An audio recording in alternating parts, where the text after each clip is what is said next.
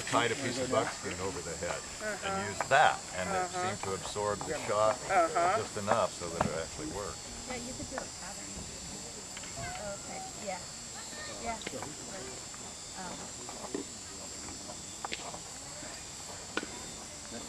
No, we can do that right now. All right. No, I don't want to take you away from their stuff. No, it's okay. That's Everybody's kind of just warmed up. You mentioned that you kind of like to get done here. Well, I'm grinding this up. You see a lot of chunky things in here. You don't really need chunky things in your glue mix because they fill up too much space and get too weak.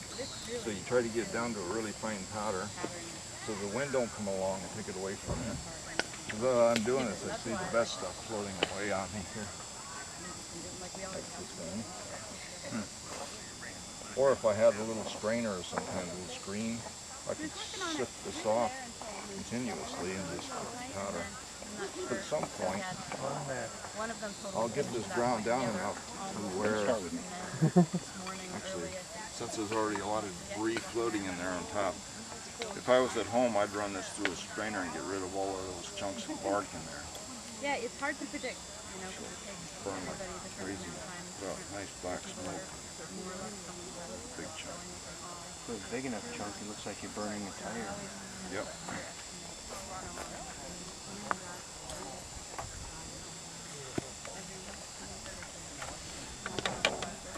So anyhow, we can guess at about, just a rule of thumb is a 50-50 mix. Nobody sits down and measures it when you're in the field. Why do you have to put the charcoal in? Somebody tell them. If I didn't want to, One of the students here. that listens I've already, already? yeah. Okay. Somebody? Somebody. I know. Yeah, Okay, tell me. If you were to dry that or let it cool and then take your fingers and snap it, it's going to snap a lot easier than if you put the charcoal in there and redo that test. You're going to have a harder time snapping it, so therefore it's straight. Did I do that okay? Yeah. All right. So as people ask questions, I want the students to answer them. You'll learn more. You tell me something, I'll forget it. You show me something, I'll remember it. You let me do it, and I understand it. Yeah.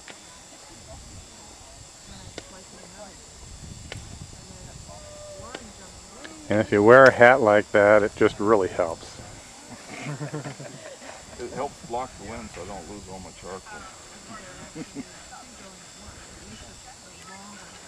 All right, The authorities aren't looking for a Chinaman. That's a very small amount right there. I got a long ways to go to get a 50-50 mixture. Now, if you had two identical cans, Yeah, that's pretty close. And it's also not a true Want science. that to stir up all the way? So much so it doesn't blow away? No, yeah. You can keep stirring it because if I put in a whole big glob, then it's hard to get it stirred in. So if you add a little bit at a time, and that works pretty well. And it's simpler because it's flat.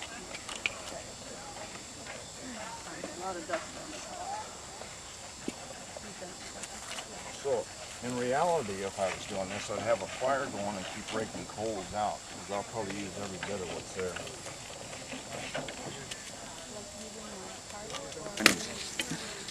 Well, it gets stable after a while. All of this stuff here has been snapped off the outside of a tree that wasn't running. Some of it might have been, but the stuff that got running got stuck together. And then eventually it dehydrates down where it's less running. As the turpentines evaporate out, gas off.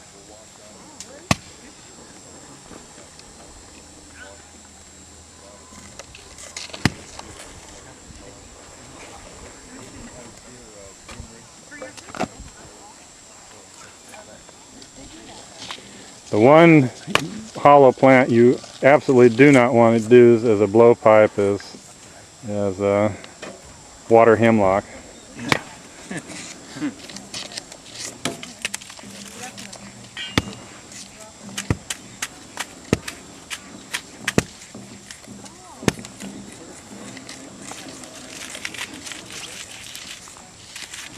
And boy, you better know what water hemlock is, huh? Yeah, that's one plant you want to learn how to recognize.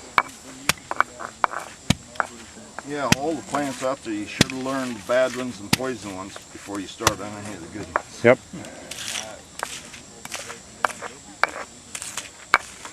I knew a guy who was a plant specialist who accidentally bit into water hemlock thinking it was a different plant and was dead before they could get him out of the canoe into the hospital.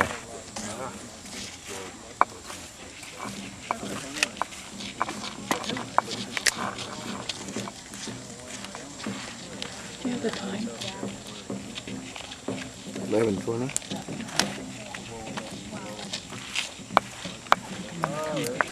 Sure, it'd work. It might work. The one table's Yeah, tied it down. can cool down quite a bit now. I can take it off away We're from just the army heat. cotton. There's a point where it becomes quite a bit stable. Now it's cooling down to that One's point. tied getting down close. that on that end, or it might work. Yeah, don't drip the hot glue on you. Oh, I have. There we go.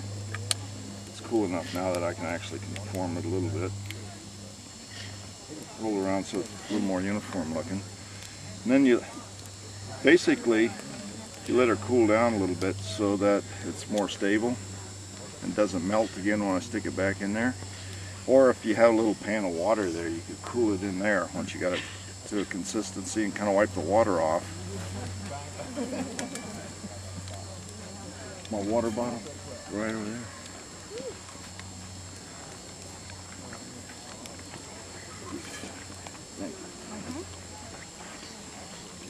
This will speed it up a little bit. It'll cool it down enough on the outside. The inside's still pretty warm. Make sure you get the water off of it. Stick it in there again.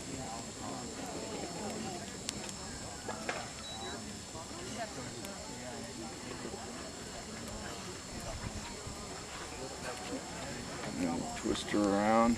I'm going to let this run down the stick a little bit. Make it a little bit longer so I got more surface to play with later. If the pot was deeper, I could make them about this long. This is fairly average. Cool.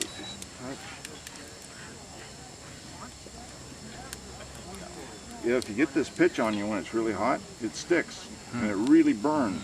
And when you finally get it off, the hide underneath it's gone. So you have to So watch. be a little bit careful. Yes, don't drip it on your hand. So when you